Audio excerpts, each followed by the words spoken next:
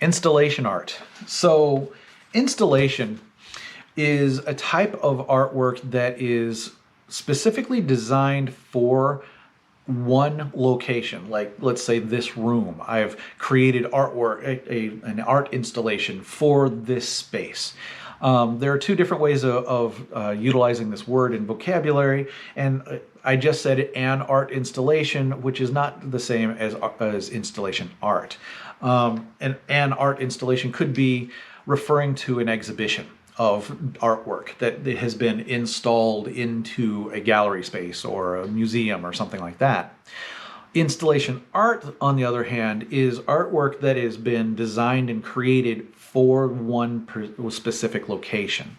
Very frequently, this means that the environment itself, the room, the exterior space that it's in, or whatever, is going to play a crucial part to the artwork's communication of what's so important about the artwork itself.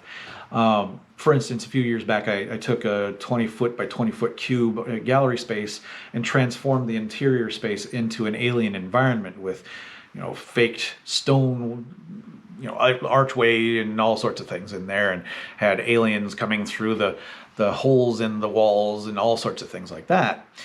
I was using that very intentionally in that space, created for that space itself. If I took all that kind of thing out of that room and put it anywhere else, it wouldn't be the same thing. It would not be the same piece of artwork. I might not even be able to install it anywhere else. And it certainly would not be the same installation, because I would have to change things up according to the space of its own. Yeah.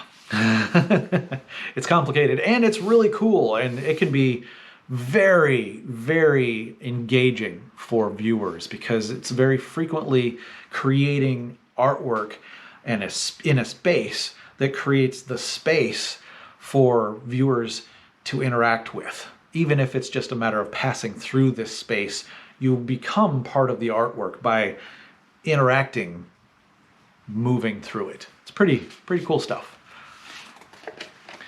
All right.